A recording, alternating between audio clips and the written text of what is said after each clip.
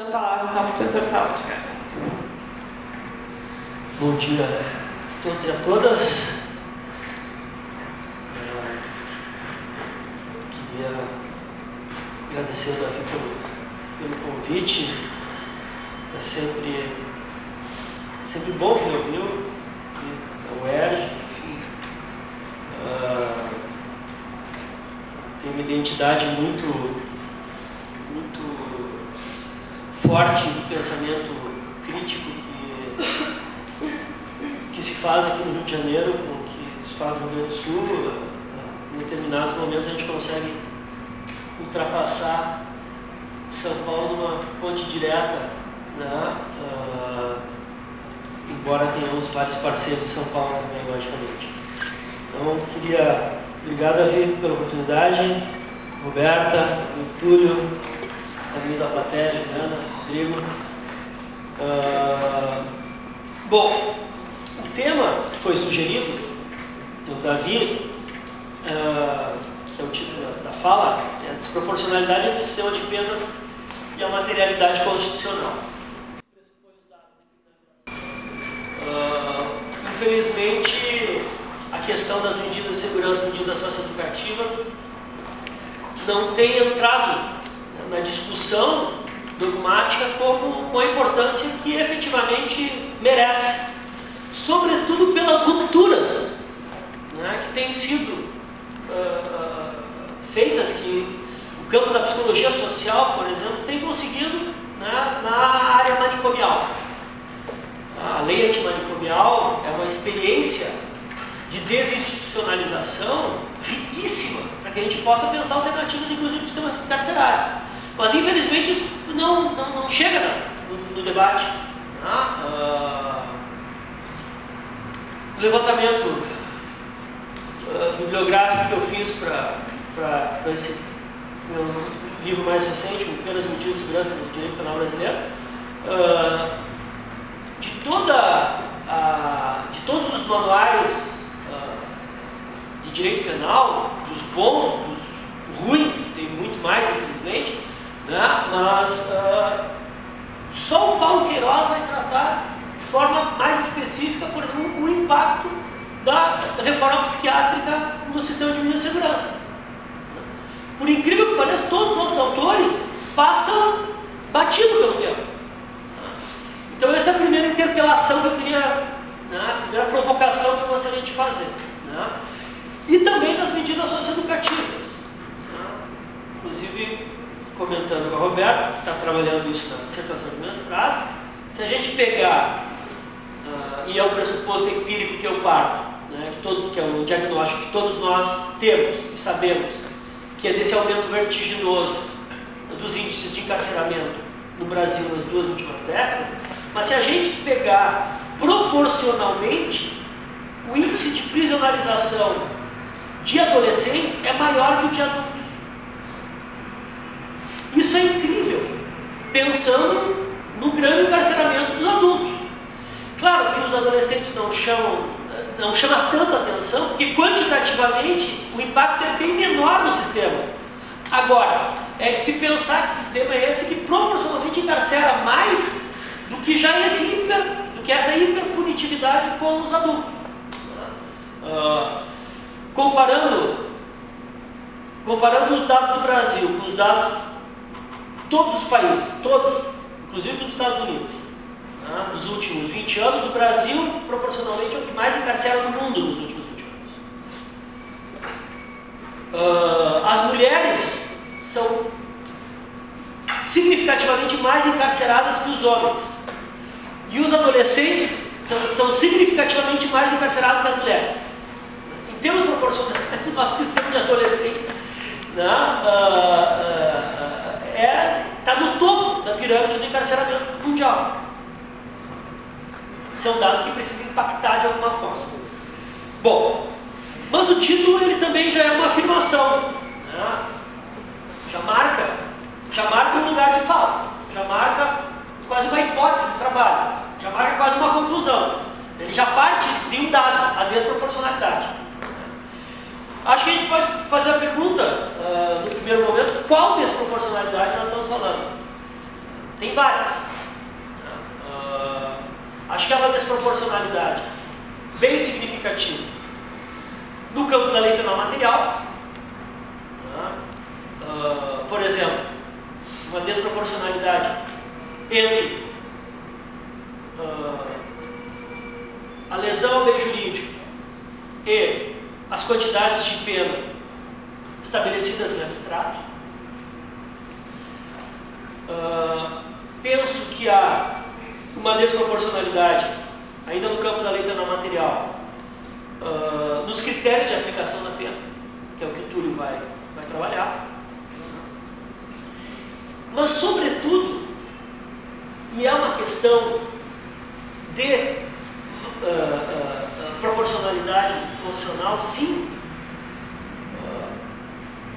há um excesso nisso que a gente pode chamar de obsessão pela pena de prisão. Eu acho que o campo da lei penal material nos dá essas três dicas. O excesso nas penas em abstrato, um excesso, uma dimensão de desproporcionalidade nos critérios de aplicação da pena, pena em abstrato, pena em concreto, e na efetiva determinação da espécie de pena aplicada. Aliás, daria para colocar mais uma aqui, nos regimes de pena, né, uma obsessão pelo regime fechado. O que vai projetar um segundo campo de análise de proporcionalidade e desproporcionalidade, que é da lei de execução penal.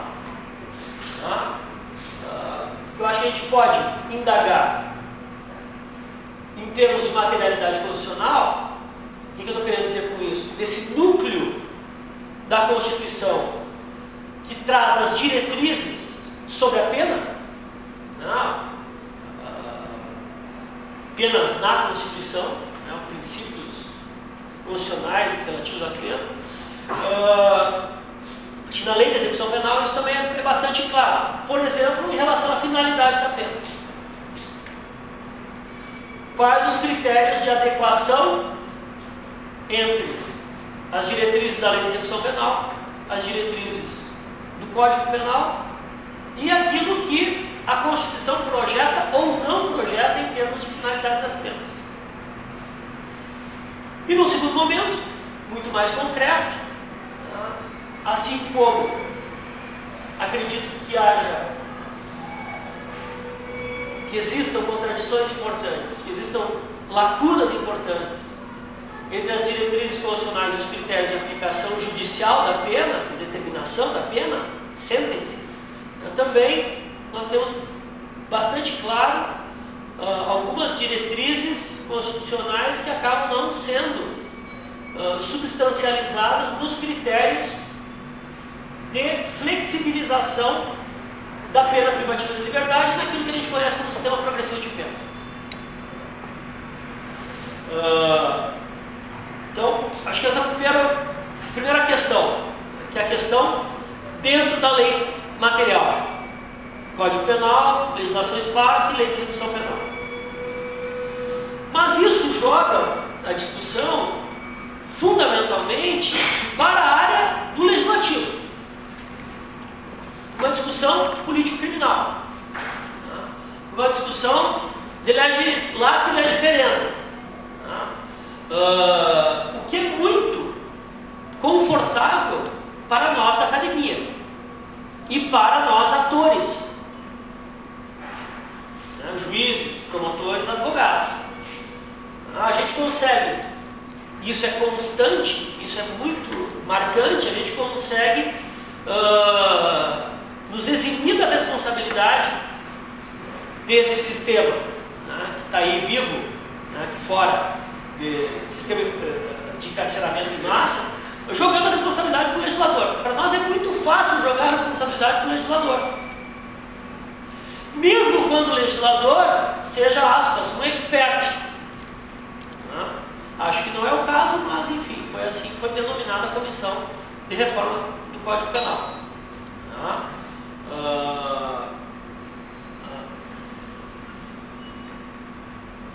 Mas um exemplo assim que eu acho bastante claro da nossa direta responsabilidade como atores nesse caos prisional que a gente vive.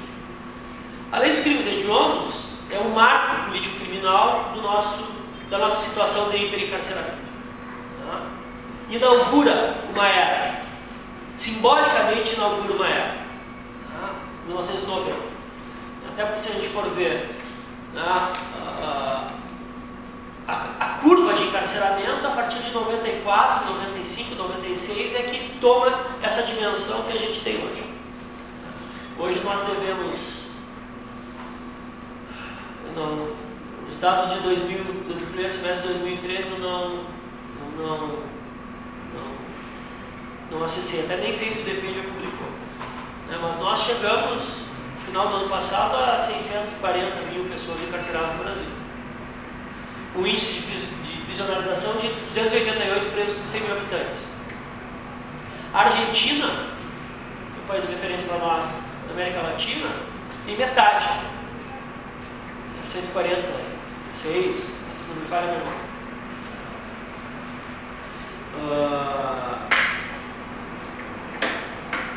Grande parte desse encarceramento decorre, grande parte não, esse encarceramento decorre das políticas legislativas a partir da década de 90, que curiosamente é um processo de enrijecimento do sistema exatamente após a Constituição. Pode parecer meio contraditório. A nova Constituição estabelece um marco de direitos e garantias fundamentais bastante claro, projeta ações e inações em termos punitivos bastante claro, porém, dentro desse marco democrático, o nosso sistema ganha essa dimensão. Além dos crimes hediondos, é o primeiro símbolo dessa era. O nosso Supremo demorou 15 anos para declarar inconstitucional a vedação de progressão do regime. 15 anos. Para fazer uma análise e dizer que vedar a progressão de regime fere o princípio da individualização da pena, enfim, daquele acordo, aquela decisão que todo mundo conhece. 15 anos. Ou seja, nós, operadores, somos também diretamente responsáveis por essa situação de hiperencarceramento. É muito cômodo para a academia, por exemplo, jogar o problema para o legislativo. E dizer, e bradar, esses legisladores não têm nenhuma qualidade científica no seu trabalho, como se o legislativo precisasse ser orientado cientificamente. Não, o legislativo é orientado politicamente. E é assim que funciona. E eu diria mais, é assim que tem que funcionar. Porque senão nós teríamos professores do legislativo. Acho que ia ser pior até, sinceramente. E eu ficar discutindo a teoria do bem jurídico, a teoria da culpabilidade, não ia fazer nada. Daí não iam terminar nunca a discussão. Agora, da mesma forma, é extremamente fácil para o operador do direito, que está na ponta, sobretudo para o juiz, jogar a responsabilidade, ou seja, não se responsabilizar pelo seu ato. O Roberto estava comentando, tem uma vara de execução penal aqui no Rio de Janeiro para todo o estado. Essa vara com 5 juízes. O que por si só é assustador, né? Pensar que uma vara de execução penal para todo o estado do Rio de Janeiro.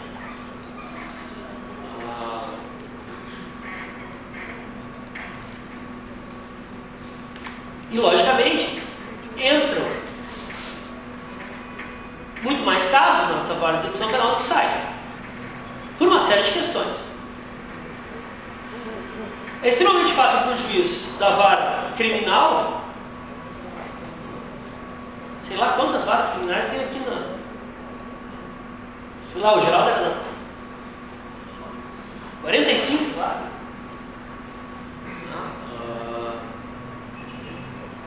É muito fácil para o juiz da vara criminal firmar uma condenação e aplicar uma pena e jogar a responsabilidade para o juiz da execução penal. Assim como é muito fácil para o juiz da execução penal manter o sujeito preso e jogar a responsabilidade para o executivo, que não investe no sistema. Ou seja, é uma cadeia burocrática de desresponsabilização constante. Então, logicamente que há essa desproporcionalidade em termos legais, mas é uma desproporcionalidade que pode ser tranquilamente corrigida pelo judiciário. Daí, talvez, eu acho que a crítica tenha a sua parcela de culpa aqui. Porque a crítica, sobretudo quando a gente trabalhava no início da década de 90, no movimento do direito alternativo, quando estourou o movimento do direito alternativo, a crítica jurídica no Brasil apostou demais nos juízes. Demais. Nós tivemos uma confiança excessiva no papel do juiz. Que, logicamente, toda essa confiança, toda essa aposta levou a um desencanto. Por inúmeros fatores.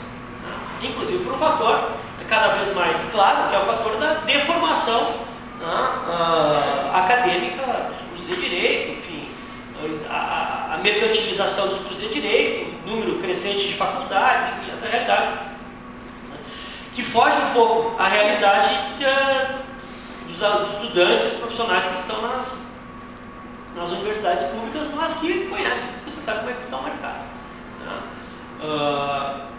Acho que essa aposta foi uma aposta natural naquele momento, pela crise do executivo, pela crise do legislativo, a resposta natural, a busca natural foi uma busca de que o judiciário pudesse corrigir essas distorções. Não só não corrigiu, como não invariavelmente aumentou as distorções. Para mim, o melhor livro de execução penal publicado no Brasil é o livro do Pavarini com André Jean Bernardino, publicado aqui pela Lumen. Difícil de achar o livro, mas vocês encontram aqui no Rio. Se chama A Teoria da Pena e Execução Penal. A primeira parte do livro é mais teórica, os textos são do Pavarini, quer dizer, é intercalado o texto do Pavarini e o texto do André Jean Bernardino, que é o defensor público, se não me engano, tomou posse essa semana, professor da Universidade Federal do Paraná.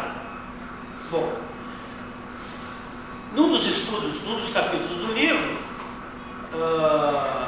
o André faz a análise de 3 períodos: 1985, 1995 e 2000, para medir, tentar, e tem instrumentos para fazer isso, tentar estabelecer um critério de medição do volume da quantidade de penas. Na média, comparando 85 com 95 e 95 com 2000, mesmo os crimes em que não houve alteração legislativa de aumento da pena em abstrato, houve um aumento gradual na determinação judicial da pena.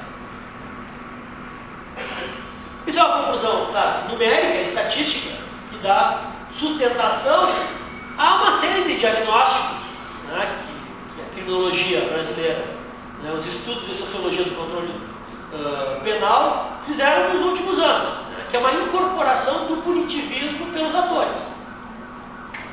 Uma adesão dos operadores jurídicos a essa política de encarceramento.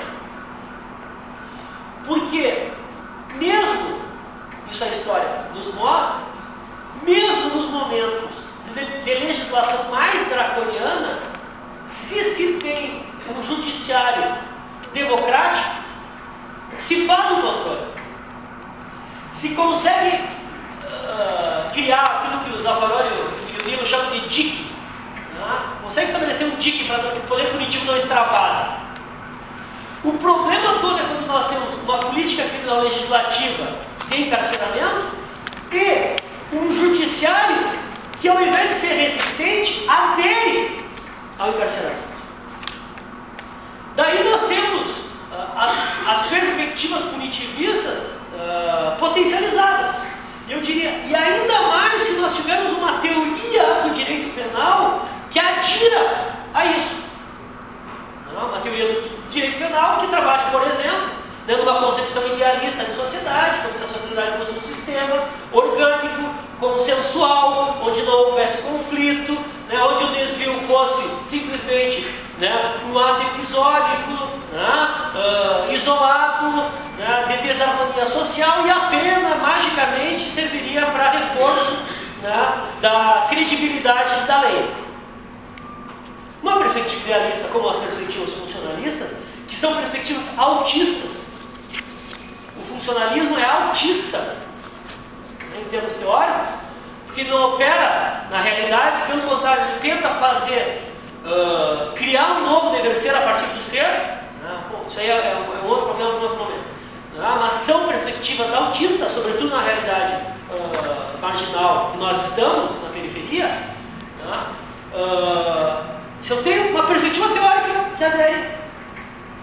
que adere e justifica o punitivismo, se eu tenho um judiciário que adere às políticas repressivistas e eu tenho um legislativo que opera a partir do populismo punitivo, não tem outro cenário senão esse cenário de hiperencarceramento que a gente vive. O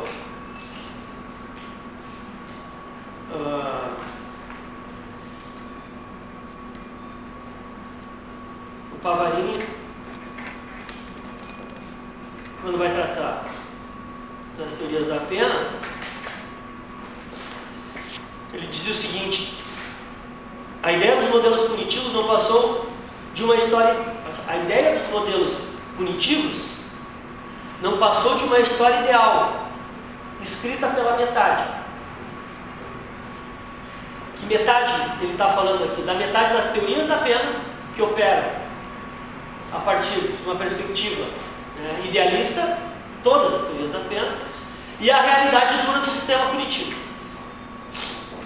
em que há uma certa plausibilidade argumentativa apenas se pressuposto que o penalista dogmático tenha sido um útil idiota, ao menos o suficiente para ter acreditado com boa fé que as finalidades da pena não fossem apenas retóricas do arbítrio, mas princípios de fundação do direito de punir.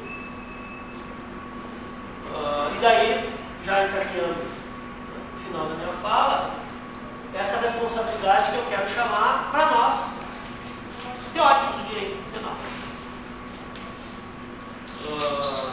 Porque nós não somos legisladores. Temos que fazer a crítica à legislação, logicamente. Esse é o nosso papel na dogmática. Na dogmática crítica e na crítica à dogmática. Somos atores. Operamos no sistema.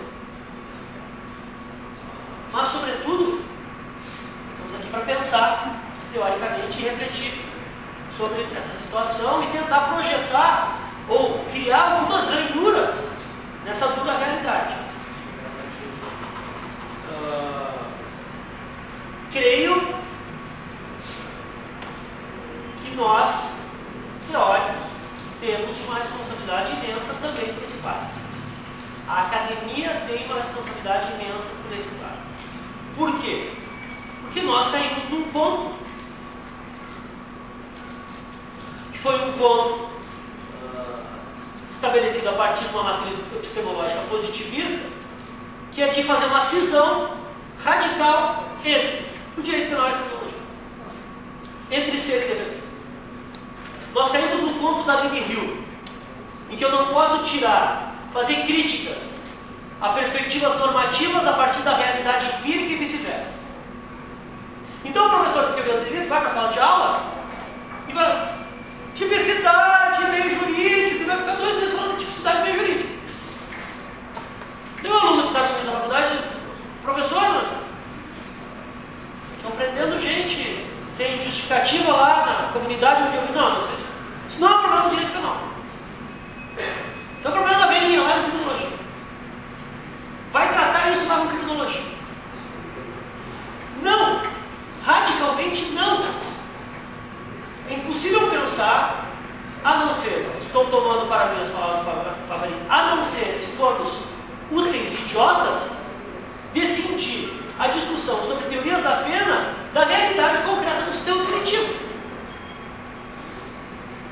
Por isso que eu falei as teorias do direito penal, notadamente as funcionalistas, porque parte de matrizes consensuais de teoria social, são perspectivas autistas, fora da realidade, totalmente descoladas do problema social. Esse é o... claro que eu não tenho tempo de desenvolver aqui, mas esse é o artigo que eu enviei para o Davi, que é tentando tensionar as teorias da pena a partir, mais ou menos tentando fazer a seguinte indagação: como as teorias da pena explicariam o hiperencarceramento? Ou uma pergunta anterior: é de responsabilidade da teoria do direito penal, da dogmática penal, essa realidade que está aí? Um jurista entorpecido, narcotizado pela epistemologia positivista vai dizer que não.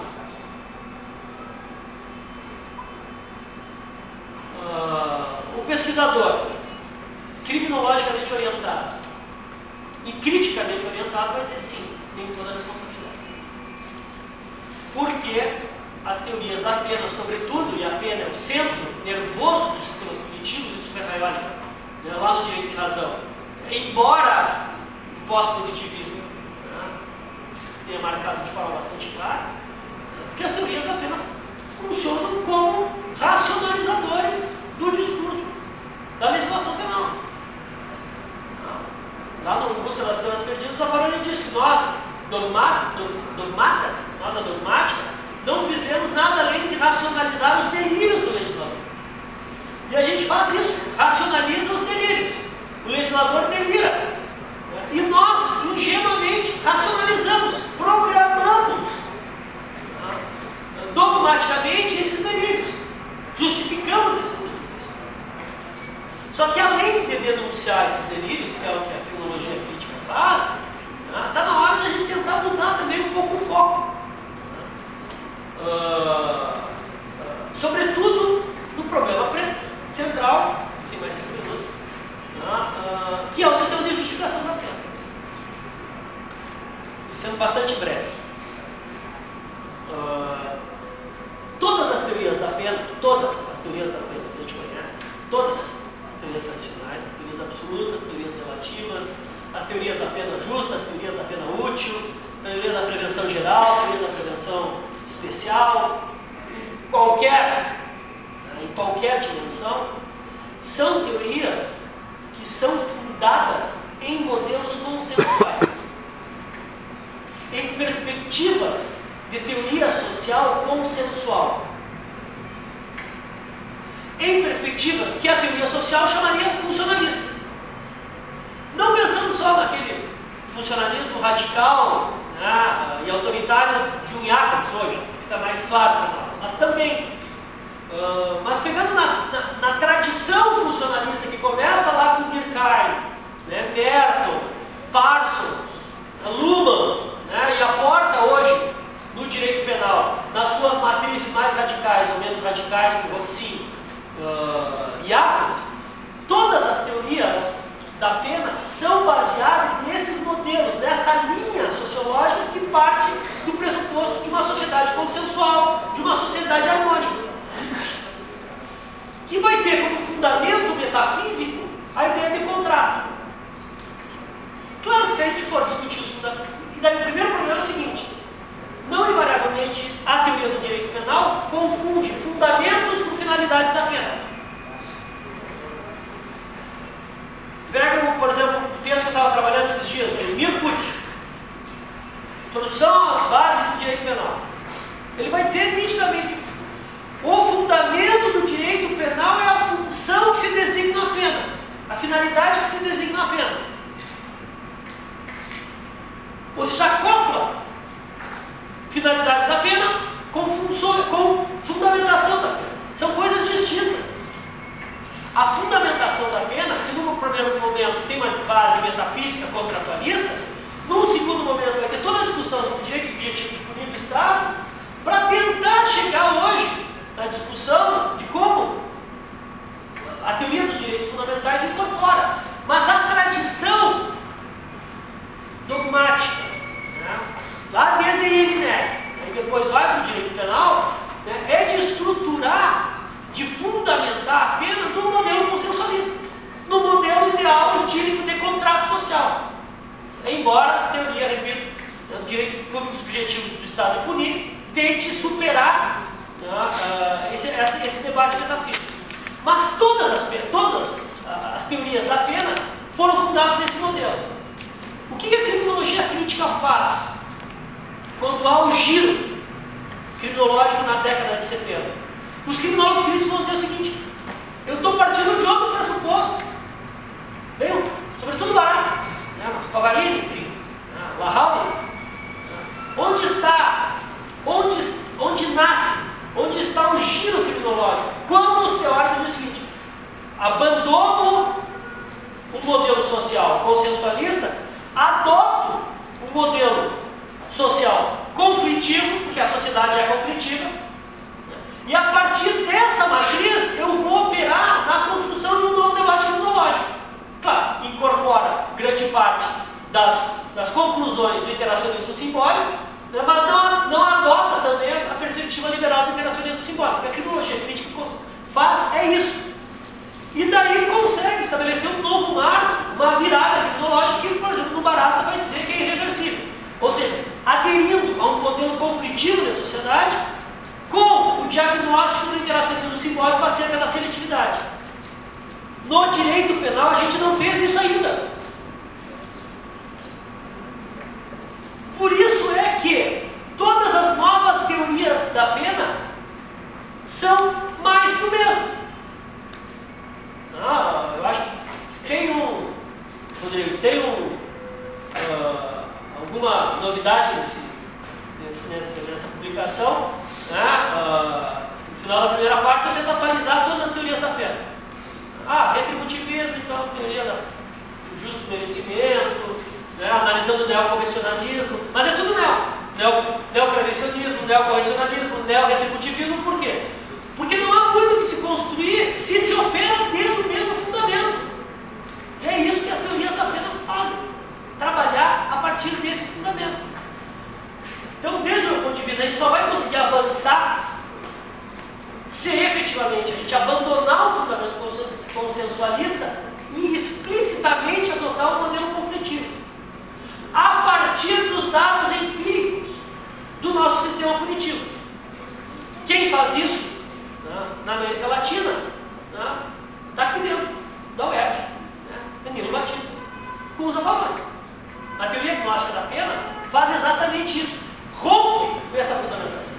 Assim como eu poderia dizer também a teoria da retribuição equivalente que o Juarez Cirilo dos Santos desenvolve a partir da tradição mais crítica, mais orientada no sentido marxista de Pachucanes, Hershey Kirchheimer, Melossi e Favarini, até chegar na crítica atual. Mas percebam, se a gente continuar operando a partir desses modelos teóricos da penologia tradicional, nós não vamos conseguir avançar. E nós vamos seguir ressignificando esses modelos que só justificam, só racionalizam os delírios do legislador.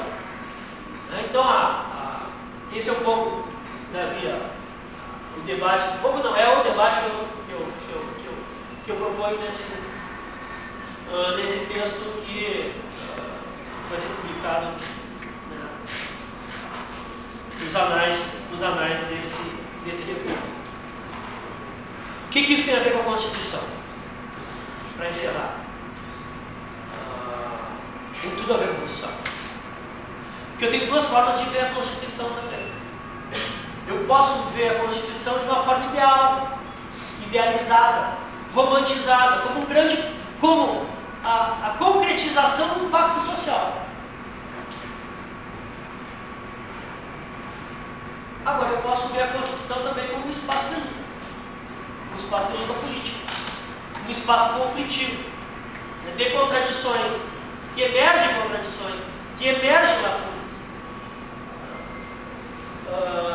Ver a Constituição de uma ou de outra forma muda a perspectiva de atuação tanto do ator jurídico, que está na ponta, trabalhando no sistema penal, quanto do teórico, em sala de aula. Nessa tensão entre modelos ideais e modelos conflitivos, modelos consensuais e modelos conflitivos, me parece que a nossa realidade demonstra com toda a sua crueza de que as romantizações elas servem apenas como narcóticos. Servem como narcóticos e servem para sustentar, em grande parte, esse autismo da dogmática tradicional. Reafirmar a necessidade de uma postura crítica, de uma teoria do direito penal criminologicamente orientada, ou seja, que trabalha a partir dos dados de seletividade e com a violência institucional que é gerada dentro do nosso sistema punitivo, é que me parece uma forma de sair dessa crise. Porque, desde o meu ponto de vista, se não se adota radicalmente uma postura crítica, que pressupõe uma sociedade conflitiva, que pressupõe os dados de criminalização, os dados de seletividade, nós só vamos continuar repetindo antigas formas. Mais teorias da pena, mais justificativa de punição, mais encarceramento. Bueno, meus caros, muito obrigado pela paciência. Davi, muito obrigado pela oportunidade. Era isso que eu queria.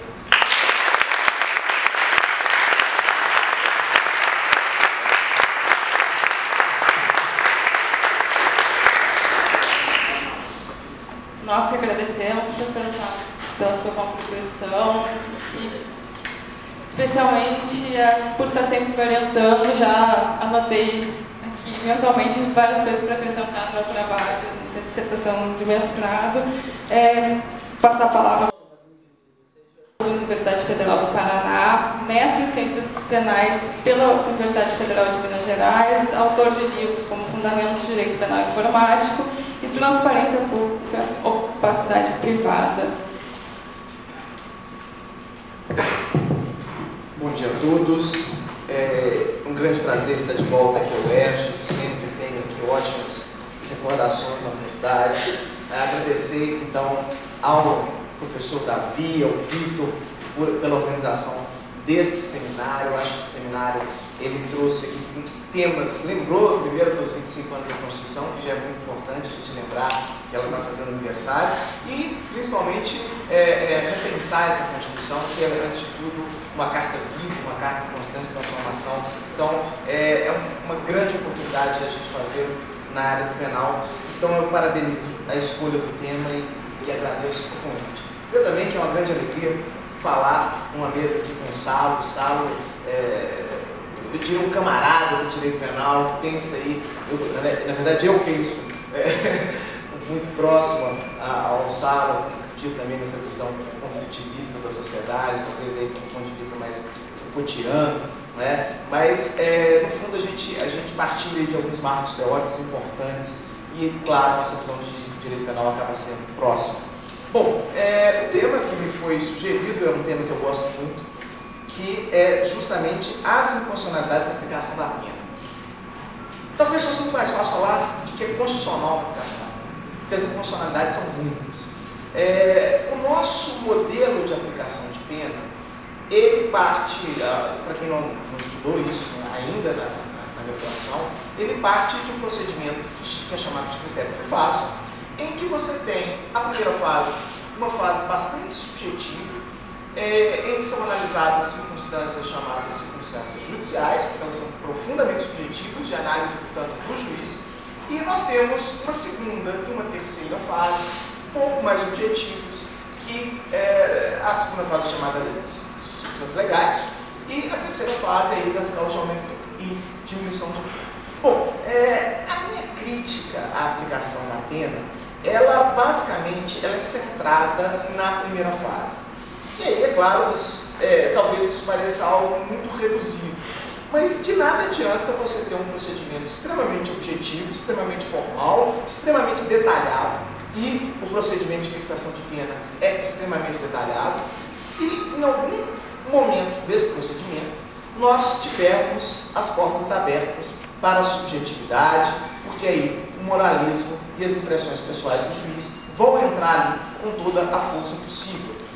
Não adianta você ter um procedimento extremamente rigoroso, por exemplo, um concurso público, em que você tem uma prova com pontos de títulos, né? Artigo vale tantos pontos, não sei o que vale tantos pontos, não sei o que vale tantos pontos. Você tem uma prova escrita às vezes até de múltipla escolha, né? Extremamente objetivo, portanto, com um gabarito extremamente objetivo, se no final você tem um negócio chamado entrevista, e a entrevista acaba podendo decidir, vale ser também, o sujeito vai lá e faz uma entrevista e você dá a nota na cara dele. Basicamente, o nosso sistema de aplicação de pena é isso, né? Nós temos duas fases bem objetivas, talvez uma prova escrita e uma prova de barema, com tudo muito definido, e nós temos a primeira fase, que é basicamente uma fase extremamente subjetiva. Eu vou analisar alguns critérios da primeira fase, porque é impossível de analisá-los todos em função do tempo. Mas eu acho que vai dar para vocês perceberem aonde eu quero chegar. Dois dos critérios da primeira fase, que são extremamente utilizados por juízes, é a personalidade e a conduta social. São dois critérios e que a doutrina tradicionalmente legitima, às vezes até de uma forma que me assusta bastante, pedindo que fossem criados exames psicológicos ou exames sociológicos para tentar detectar se o réu é uma pessoa boa ou má, se o réu é gente boa ou não, se é cidadão de bem ou não. É claro que isso não é possível de ser feito, porque o direito penal, pelo menos em tese, e é isso que mais ou menos a doutrina tradicional concorda, inclusive, é um direito penal de fato. Quando eu vou julgar, eu julgo o fato, eu julgo o crime, eu não julgo a pessoa, eu não julgo o passado dela, eu não julgo os fatos que ela praticou na vida dela anteriormente, até porque o princípio da legalidade impediria de fazê-lo. Eu não posso começar a analisar o que o sujeito fazia na escola, o serviço, porque isso, evidentemente, são fatos atípicos. Mas, na hora de fixar a pena, eu posso fazer.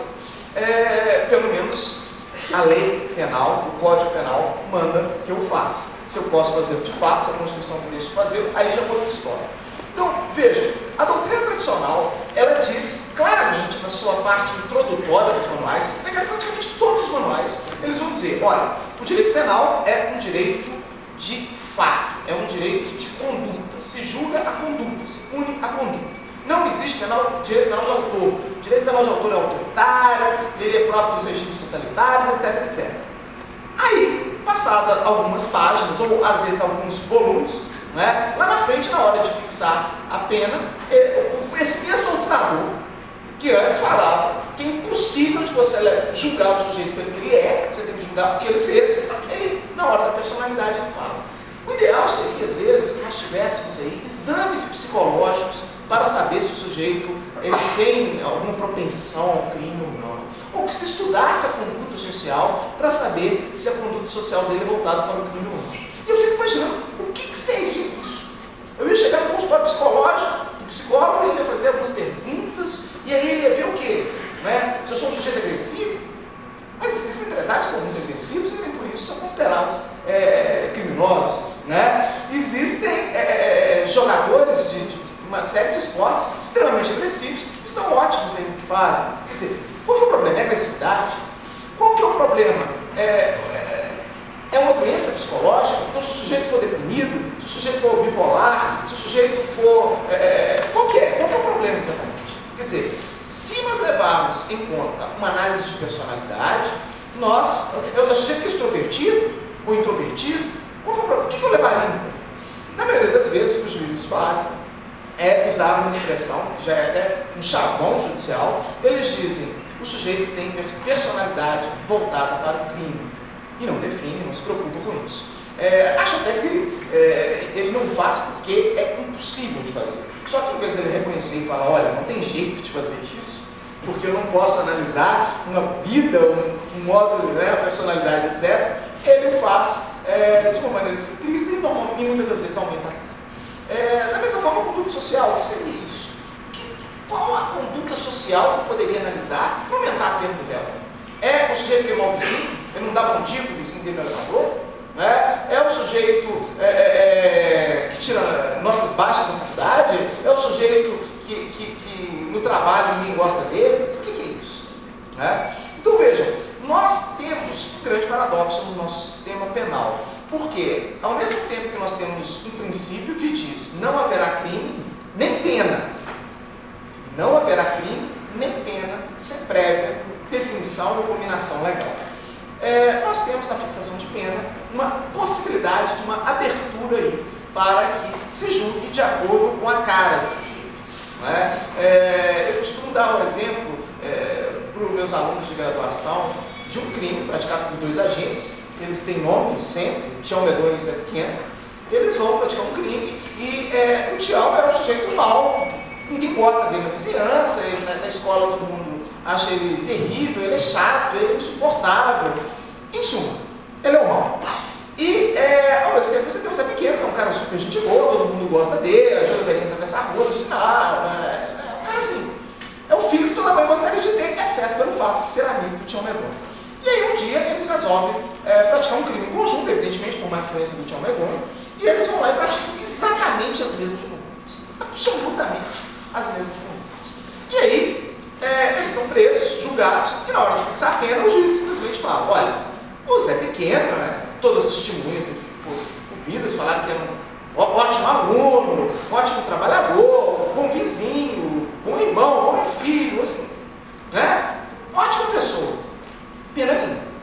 Já o Tião Medonho, as testemunhas falaram que ele é péssimo vizinho, fica ouvindo música alta até de madrugada, enche o saco da vizinhança, briga com os outros, na escola tira nota baixa. Quer dizer, em suma, péssima conduta social, péssima personalidade, aumenta a pena em 6 meses ou 1 ano de prisão. Ora, o que o juiz fez? Ele condenou os dois pelo crime que eles praticaram, o roubo, o furto, e impôs uma pena de 1 ano. Veja que eu não estou usando a palavra aumenta. Ele impôs 1 ano de pena em virtude do sujeito ser mau vizinho, ninguém gostar dele, etc, etc. Ou seja, o nosso código, ele estruturalmente foi concebido para impedir a imposição de pena sem a prévia combinação legal, desde que o sujeito não pratique um outro crime.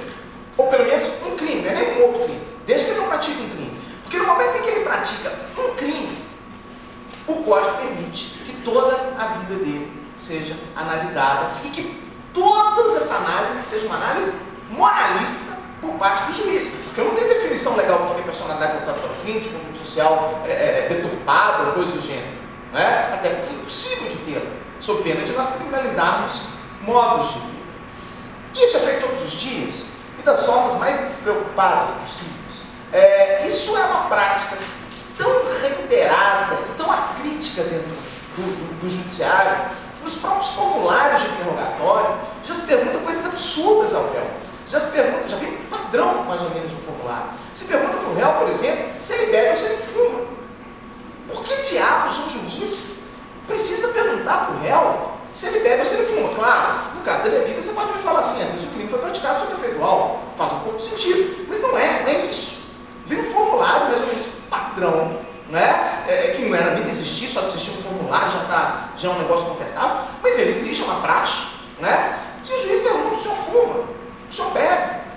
Lá em Minas teve um caso até muito interessante. Aí o juiz perguntou para o réu: o senhor bebe? Aí o réu falou assim: bebo sim, excelência. Bebo igual, vejo Vossa Excelência bebendo toda sexta-feira no bar aqui na esquina. Quando eu passo lá, Vossa Excelência está sempre lá. O juiz com aquele constrangimento todo, e aí ele foi de novo para o escrivão. E o réu bebe moderadamente. Quer dizer, esse juiz, ele não podia fazer uma análise moralista em relação ao réu, porque ele bebe também. Agora, fosse um juiz que não bebesse, fosse um juiz que olhasse e falasse assim: não deveria. Mas pergunta-se ao réu: O senhor tem religião? Quem já viu interrogatório sempre se pergunta isso. Tá, e daí? E se o réu responder? E aí, excelência? Eu sou satanista. E aí? Como é que nós vamos ficar? O juiz vai colocar lá, aumenta a pena tendo em vista que o réu, aspas, confessou ser satanista? Por quê? Né? Será que a Constituição não garante a liberdade de crença, a liberdade de credo? Será que eu posso levar em conta a religião do réu para aumentar ou para baixar a pena que seja? Porque é um procedimento mais ou menos padrão na execução penal, pelo menos. O sujeito se converte ou finge que se converte, né? Quando o crime tem repercussão pública, ele vai para a imprensa e todo mundo olha ele lá, convertido, e fala, agora ele mudou de vida, etc, etc. Se o sujeito não fizer isso, aliás, ele vai ser sempre considerado ali que não se reabilitou, não se mudou. Quer dizer, a porta de saída do sistema penal hoje é se converter. Porque se ele não se converte, se ele não se arrepende, né, parece que ele tem que continuar lá. Quer dizer, nós temos um moralismo que está entranhado no sistema penal. O sistema penal não poderia jamais ter essa possibilidade de deixar ao juiz colocar os seus valores morais na fixação de pena. Porque de fato é isso que ele faz. Quando você vai analisar uma personalidade e dizer se ela é uma personalidade boa ou ruim, e não existe evidentemente uma lei para dizer qual que é a boa e qual que é a ruim, o que você está fazendo é colocando os seus valores morais ali. Eu já vi coisas mais absurdas, quer dizer, a maioria, para não se complicar, usa o chavão. Ele tem personalidade voltada para o crime. E não explica o que é. Muitas vezes o advogado também não recorre, sabe lá por quê. E às vezes fica aquilo lá. Agora tem hipóteses que realmente, talvez com um pouco menos de pudor, ele acaba falando o que ele de fato pensa. E isso dá uma análise do discurso maravilhosa. Né? A gente vai fazer análise do discurso de fixação de pena, é um campo fértil para estudos empíricos aí das sentenças judiciais. Eu já vi um caso interessantíssimo que na conduta social, o juiz falava que o réu tinha uma conduta social desviante, ou deturpada, não me lembro exatamente o termo ao certo, tendo em vista que era uma travesti e praticava a prostituição como modo de vida.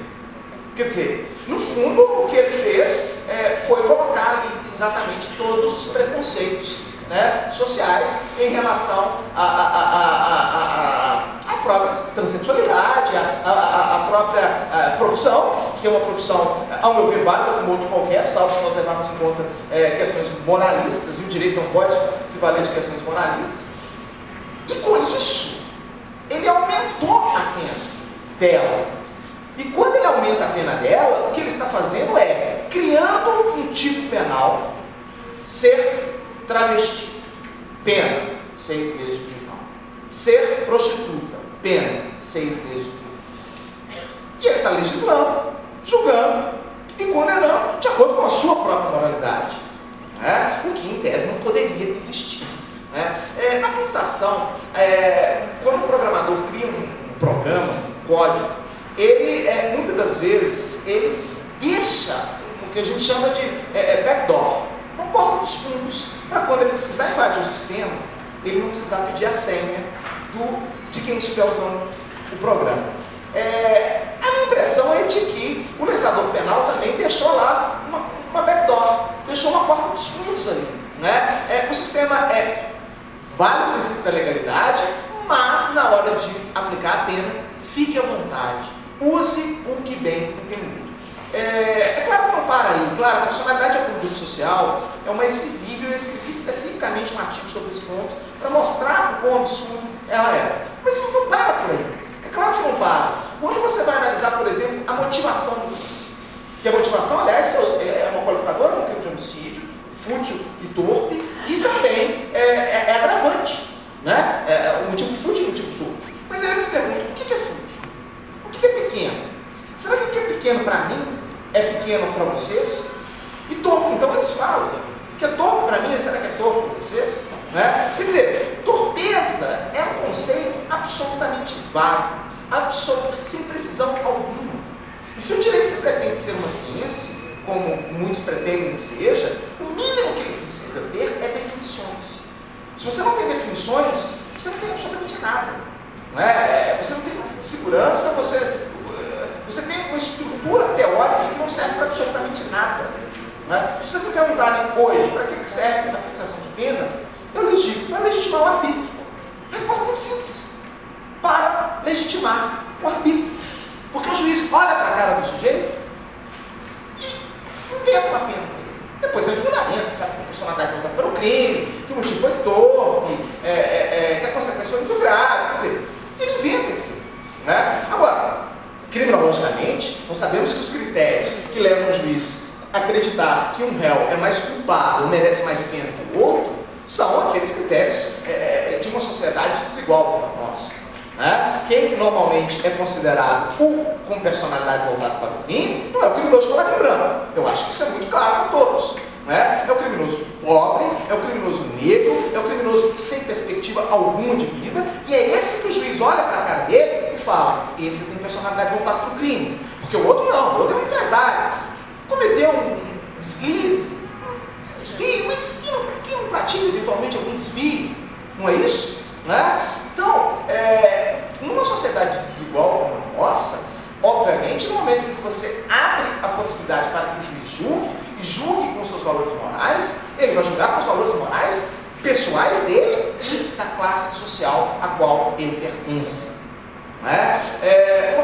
Uma das passagens do Zaffaroni que mais me marcou e que mais me chama a atenção é quando ele fala que os juízes são escolhidos uma parcela da população, uma parcela dos estudantes de direito, inclusive, que é aquela parcela que ela não tem uma estrutura econômica suficientemente alta para montar um escritório de advocacia.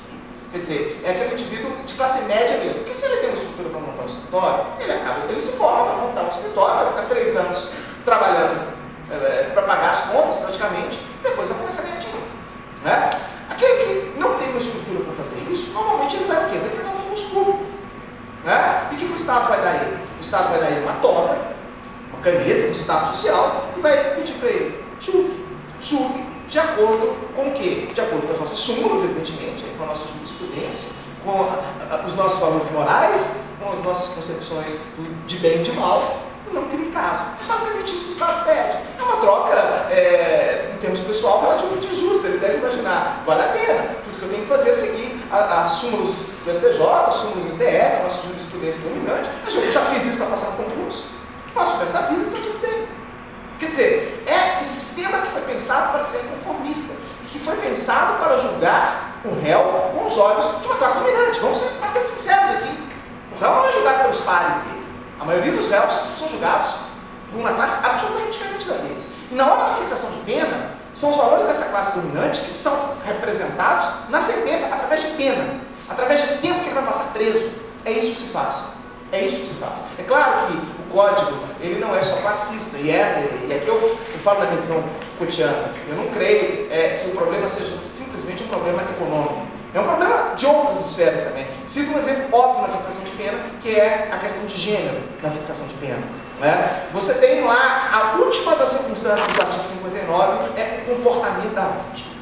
E aí você vai olhar na exposição de motivos, o legislador, lembrando que a parte geral é de 84, não estou falando de 40, do fascista de 40, estou falando do de 84, e o legislador explica lá por que ele colocou o comportamento da vítima entre os critérios de fixação de pena. E o exemplo que ele dá é um exemplo, ao meu ver, absurdo, mas ele fala sem maiores pudores lá na exposição de motivos. Ele diz que fez referência ao comportamento da vítima, porque muitas das vezes ele é fator criminógeno, fator, portanto, que incentiva a prática do crime. Como, por exemplo, os crimes na época dos costumes, contra os costumes, né, em que a vítima usa roupas usadas, indecentes, ou qualquer coisa do gênero que vocês queiram. Ou seja, o legislador, ele recomenda ao intérprete, pelo menos ele diz o que ele pensou, ele diz basicamente que colocou aquilo lá, porque muitas das vezes a roupa que a mulher usa provoca a prática dos crimes sexuais. Isso é um absurdo. Né? É óbvio que isso é um absurdo, porque se o Zé Pequeno foi estuprado pelo Tião Medonho, você não vai perguntar para o Zé Pequeno com qual roupa que ele estava, com qual roupa que ele saiu. Você pergunta isso para a mulher, porque a nossa sociedade é machista. Né? É óbvio também que se a gente fosse levar em conta a roupa da vítima, nós vamos criar uma verdadeira escala. Né? Se a mulher tivesse de burca, a pena era máxima. Se ela tivesse só com véu, esse aí tinha uma pena um pouco menor, etc, etc. Se ela tivesse de biquíni na praia, era quase a absolução. Né? Basicamente, essa é a lógica do legislador. Veja, é claro que o problema é predominantemente um problema de classe e racial também. Na nossa sociedade é extremamente racial. mas também é um problema de gênero. Por quê? Porque tudo que nós temos de pior na nossa sociedade, todos os preconceitos, todos os tabus, todas as moralidades, elas encontram, né, o abrigo necessário nas expressões vagas, nas expressões imprecisas, nas expressões que não dizem absolutamente nada. Estão lá no artigo 59. Foi colocado lá basicamente para isso. É claro que você não teria como pensar, talvez, uma fixação de pena extremamente objetiva. É difícil nós imaginarmos como seria uma fixação de pena quase que matemática, ou quase que um computador fixando a pena. Mas o fato é que nós temos um discurso de legalidade, nós temos um discurso de que o direito penal serve para restringir o poder punitivo, ou garantir o réu contra o arbítrio estatal, e que, na prática, pelo menos a fixação de pena, claro que ontem eu estava assistindo a palestra do professor Juarez, e estava pensando a própria questão do bem absolutamente vazio, porque, em tese, o bem jurídico tem que servir para limitar o poder do legislador de criar normas. Mas no momento que você cria um bem jurídico, paz pública, puxa, qualquer coisa fere a paz pública. Qualquer tipo que você inventar, você pode dizer que fere a paz pública. Tudo pode ferir a paz pública. Saúde pública, moralidade pública. Quando se aceita, quando a doutrina nacional tem a cara de pau de falar que isso é um bem jurídico que serve para alguma coisa, o conceito de bem jurídico perdeu completamente o sentido. Ele virou simplesmente um elemento para se classificar crimes. Ele virou simplesmente um elemento para classificar crimes. Será que ninguém percebe que paz pública não pode ser bem jurídico? Qualquer furto fere paz pública, homicídio fere paz pública, estupro fere, tudo fere paz pública. Eu aqui falando que firo paz pública. Né? Então, na verdade, o que nós temos muitas vezes na dogmática são discursos que acabam legitimando a existência do arbítrio. Porque o sujeito cria o tipo penal, aí ele fala, tem um bem jurídico tutelar. Não, a fixação de pena, não, nós temos um procedimento extremamente detalhado. 3 fases, se você inverter ao longo das fases pode gerar nulidade, né? Você tem que analisar cada uma das circunstâncias lá do 59, sob pena também de gerar nulidade. Quem olha e fala, poxa, você pega um estrangeiro, mostra para ele e fala, nossa, só que se você for ler lá o que está escrito lá, vai ver que são todas expressões que não dizem absolutamente nada. É o problema da taxatividade. Se você não tem taxatividade, não serve para nada. Isso vale tanto para quando a gente pensa numa perspectiva garantista como garantia, mas nós garantistas ou nós constitucionalistas, muitas das vezes nós usamos também. Veja o conceito de princípio da dignidade da pessoa humana, que é repetido quase como um coringa. O sujeito não tem mais argumento, ele fala, não, mas isso fere a dignidade da pessoa humana. Tá bom, agora o que é isso? Quer dizer, no momento em que você não define, no momento em que você não tem definições claras e precisas sobre o que você está falando, não serve para nada, vira discurso vazio, discurso roubo. E a gente faz isso todos os dias, de forma acrítica. Né? A fixação de pena hoje é um discurso absolutamente vazio. Ele é um simulacro de fixação de pena. Nós fingimos isso. Eu ensino isso em sala de aula para os meus alunos. É triste de fazer. Porque eu sei que, na verdade, eu estou ensinando eles a legitimarem por arbítrio. Porque quando eles forem ser juízes, como todos serão, e todos que serão, farão, eles vão olhar para a cara do réu e vão falar, eles têm cara de bandido mesmo. Eu vou fixar a pena dele um pouquinho mais alto para ele ficar mais esperto. Ah não, esse está lá, novatado e tal, né? Desfile comum para a dele, inclusive.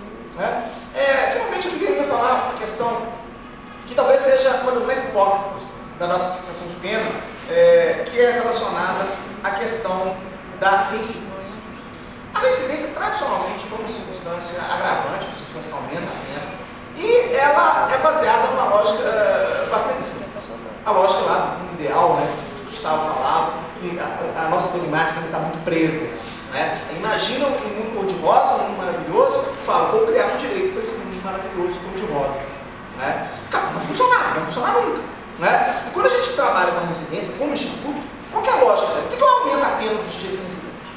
Porque a pena não é aquele instituto que vai ressocializar, que vai regenerar, que vai reinserir, que vai fazer o sujeito mudar de vida e ser uma pessoa melhor? Não é isso a pena? A pena não faz isso. Pelo menos ela não é concebida como isso. Se o sujeito é reincidente, é porque o Estado deu a chance dele ser essa pessoa maravilhosa, que a pena, essa grande oportunidade da vida dele, que não foi dada, para ele ser uma pessoa quase que perfeita, e ele desprezou essa chance maravilhosa que o Estado lhe deu. Então, é muito razoável aumentar a pena dele. Quer dizer, faz todo sentido se for no mundo ideal, né, no universo paralelo. No universo paralelo isso faz todo sentido. Porque se de fato você tem uma instituição que vai pegar um sujeito mau e vai transformar num sujeito bom, e mesmo assim, mesmo com todas as chances, ele vai lá e reincide, faz todo sentido. Só que na vida real é justamente o contrário. Né? Os dados empíricos mostram que a maioria dos que entram no sistema penal voltam para ele reincidir. Quer dizer, nós temos provas, isso é provas, não é eu acho, não. Isso é real. O sistema penal faz com que o sujeito volte para lá. Se você tem dados de 80%, 90% do indivíduo que entra e ele volta, a prova cabal de que o negócio não funciona, não está funcionando, não resolve. Né? Mas na hora de aplicar a pena, o que eu faço? Eu esqueço isso. Eu finjo que não acontece isso. Eu simplesmente falo, não, aumenta a pena, tendo em vista a reiteração criminosa, que mostra que ele tem, digamos assim, uma personalidade voltada para o crime mais firme. Né? Ele não é aquela personalidade voltada para o crime titubeante. Ele é mais firme, ele é mais convicto na personalidade voltada para o crime. Isso é hipocrisia. Isso só tem um nome. Isso é mais pura hipocrisia. Eu aumento a pena por algo que eu ajudei a construir. Porque o sistema carcerário é criminoso. Ele induz o sujeito a voltar para o sistema. E aí eu aumento a pena por algo que eu ajudei a fazer. Quer dizer, é muita cara de pau, gente. No fundo é muita cara de pau. A gente finge que não está acontecendo nada. Eu falo, vou aumentar a sua pena, afinal de contas. Você mostrou que você está preparado para viver em sociedade? É claro que não. Óbvio que não. Né? Então, no fundo, o Zaffaroni fala isso, e de uma forma bastante provocativa, a reincidência deveria ser atenuante. Se a gente fosse honesto com a gente mesmo, nós diríamos, a reincidência tem que ser atenuante, porque se o Estado está contribuindo para o sujeito voltar para o mundo do crime, o Estado está contribuindo, isso é um fato, né? Ele tem que descontar a parte que ele ajudou também.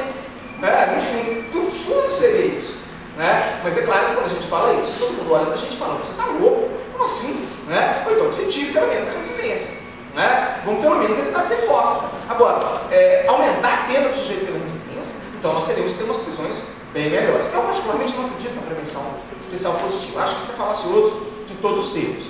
Mas, se a proposta é essa, se nós vamos manter o discurso de execução penal, que é um discurso eminentemente de prevenção especial positiva, nós temos que tentar ser coerentes. Temos que tentar ser coerentes, mas não somos. Então, o que nós temos hoje, na prática, é um sistema de legitimação do arbítrio, né, que utiliza-se de um discurso vazio, de um discurso que encaixa em qualquer coisa, para aumentar a pena do réu. A pena dele nunca, de um réu, digamos assim, padrão do sistema penal, dificilmente vai ficar no mínimo. Porque o juiz vai julgar com base nas convicções dele. A gente, aquele vídeo de um policial em Brasília, se não me engano, em que o policial militar falou expressamente para a câmera, eu fiz porque quis. Por que você jogou o gás de pimenta? Eu fiz porque quis.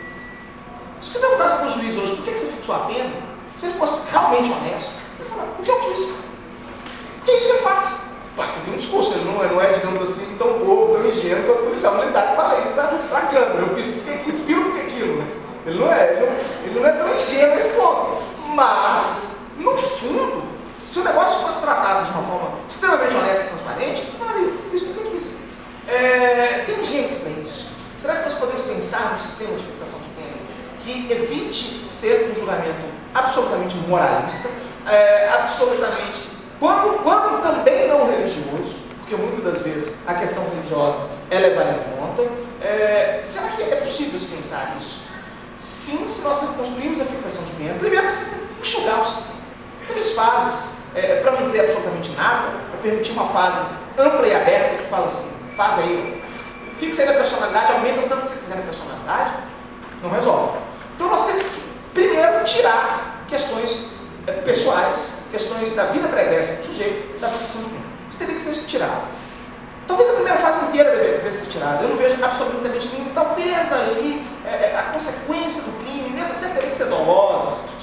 cair numa responsabilidade penal objetiva. Né? Mas a primeira fase ela teria que ser absolutamente tirada. A segunda fase ela teria que ser reconstruída. Né? Talvez a gente tivesse que começar com a pena mínima já, direto, e as agravantes e atenuantes fossem levadas em conta. Só que aí nós temos outro problema. Quer dizer, o nosso sistema é completamente louco. A questão da atenuante, por exemplo, está lá com todas as letras no artigo 65 caput. São circunstâncias que sempre atenuam a pena. Presta atenção, sempre. Vocês já viram alguma vez na língua portuguesa o advérbio sempre ser utilizado com valor condicional? Tipo, eu saio à noite sempre. Exceto se chover. Já ouviu alguém falar isso? Tipo, não é? Sempre é um advérbio utilizado quando você sempre faz alguma coisa.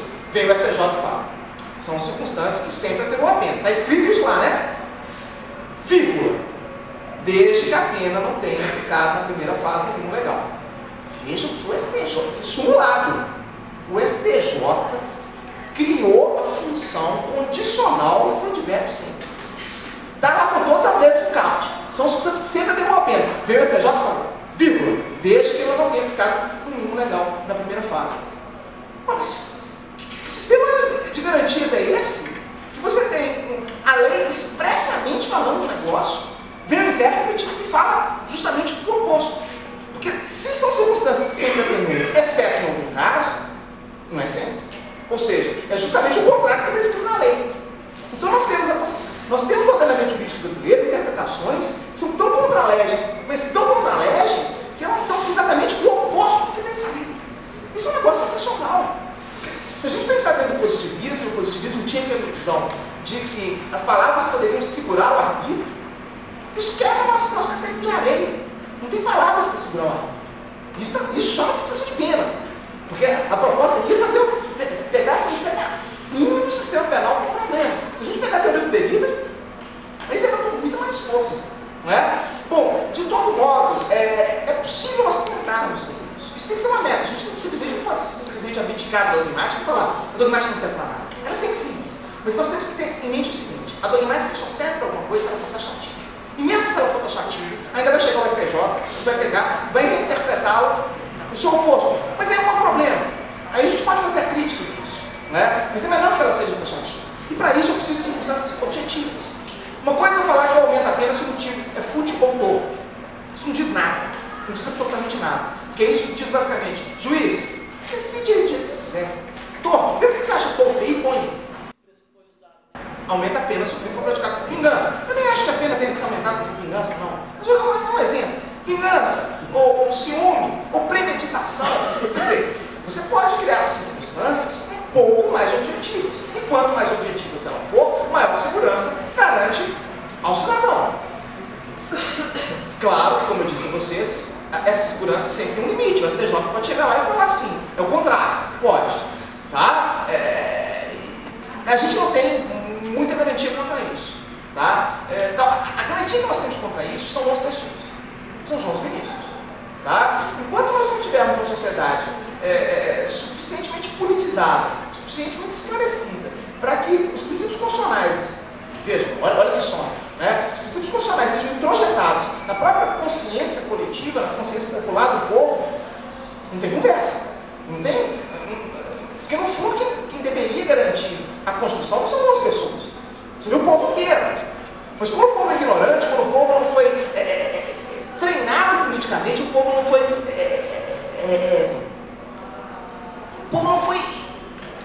condicionado, não é condicionado, o povo não foi, não pensa a Constituição, não pensa seus direitos, não tem a formação em direitos, não vão fazer, porque outras pessoas não garantem absolutamente nada. Talvez garanta a vontade da maioria, e a vontade da maioria não é necessariamente democrática. Não é? Aliás, se tem uma coisa que a democracia não é a pura e simples vontade da maioria, quem ser ditador da maioria. Não é? Então, na verdade, o que nós temos que procurar fazer é pelo menos a parte do intérprete. Não é? Porque o legislador, como sabe bem disso, o legislador não tem obrigação de fazer bem feito. O legislador não tem obrigação de fazer bem feito, porque ele é um representante do povo. E acho que deve ser assim também, concordo plenamente com ele. Não acho que o legislador tem que ser técnico. Tá? Agora, o intérprete tem que ser. E o juiz tem que ser também. Só que com a proliferação de um discurso vazio, como nós temos, essas provas de concurso para juiz que se está levando de juiz, de Ministério Público, está levando a uma sintetização da doutrina, a ponto de virar sim ou não, verdadeiro ou falso, né? Isso é muito problemático, porque o sujeito não raciocina, ele não raciocina mais criticamente, né? Então ele não faz a função para a qual a função que ele deveria fazer, que é simplesmente apontar e falar assim, isso é inconstitucional. Se o artigo 59 inteiro for inconstitucional, a função dele é falar, isso é inconstitucional. Se as partes não concordarem, que recorram ao Supremo, vamos ver como o Supremo fala, se é inconstitucional ou não. Mas não fazem, né? E isso é extremamente problemático. Se nós não tivermos questões taxativas na fixação de pena, como a segunda fase é? A segunda fase é mais ou menos taxativa. Ela traz lá circunstâncias muito objetivas, não é? Se nós não tivermos taxatividade, não há o que fazer, não há nem como se insurgir contra isso. A minha mensagem, então, em síntese para mim, a primeira fase, a gente tem que repensar a fixação de pena. Acho a primeira fase completamente cheia de inconstitucionalidades para todos os lados. Ela é, na verdade, uma porta para o arbítrio, uma porta para as moralidades. Acho que é possível a gente melhorar isso se a gente conseguir trazer critérios mais objetivos, trazer mais objetividade à fixação de pena. Claro, sempre com aquela desconfiança, porque, como eu disse a vocês, leia só papel, leia um monte de palavras que está escrita. A lei ela só se transforma em norma quando ela é interpretada. E se nós temos uma doutrina fraca, se nós temos um judiciário fraco, o controle é muito pequeno, e aí o arbítrio sempre, sem controle o arbítrio vai surgir, inevitavelmente. Se você não tiver controle, o arbítrio vai surgir. Isso na fixação de pena a gente vê com muita clareza. Porque os advogados, muitas das vezes, eles estão preocupados em condenar, em absolver, e o Ministério Público em condenar. E a fixação de pena passa batido. E ali onde ninguém está olhando, o arbítrio aparece na sua forma mais pura. As moralidades aparecem na sua forma mais pura. Porque ninguém está prestando muita atenção. E é essa análise que a gente tem que fazer para ver que o nosso sistema antes de tudo, um sistema que tem como grande pressuposto aquela coisa que a gente aprende lá, primeiro dia de aula de direito penal, tal do princípio da legalidade, mas mesmo ele está sendo passado por cima dele a todo momento. Eu falei da fixação de pena, uma outra vez que eu vim aqui no UERJ anteriormente, eu falei da taxatividade, no crime de violação de direitos autorais, por exemplo, que eu mostro bem isso. Ou seja, se nós não respeitamos aquele princípio que todo estudante de direito aprende no primeiro dia de aula, que não haverá crime nem pena sem prévia imposição legal. Se todos os dias o juiz aumenta a pena do sujeito por uma tal de personalidade voltada para o crime. A gente faz isso todos os dias. Vamos pensar numa dogmática mais sofisticada. A gente não faz o feijão com arroz, gente. O que nós precisamos hoje não é uma dogmática sofisticada, não. Nós precisamos hoje que se cumpra, se faça valer aquela dogmática feijão com arroz. Porque se só ela valesse, nós já teríamos uma revolução do Poder Judiciário. Tá? Desculpem se eu fui muito pessimista, mas é porque os tempos realmente não são muito bons. Fico à disposição de vocês tirar alguma dúvida agora e depois da fala, dos intervalos, no Facebook. Estamos sempre lá, a gente se vê. Valeu, gente.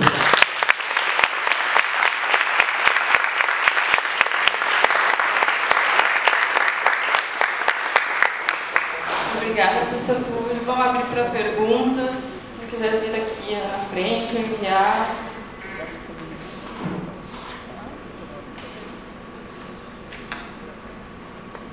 Sem perguntas? Então, vou parabenizar os palestrantes, agradecer a presença de todos. Intervalo para café até as 5 horas nas palestras. Obrigada.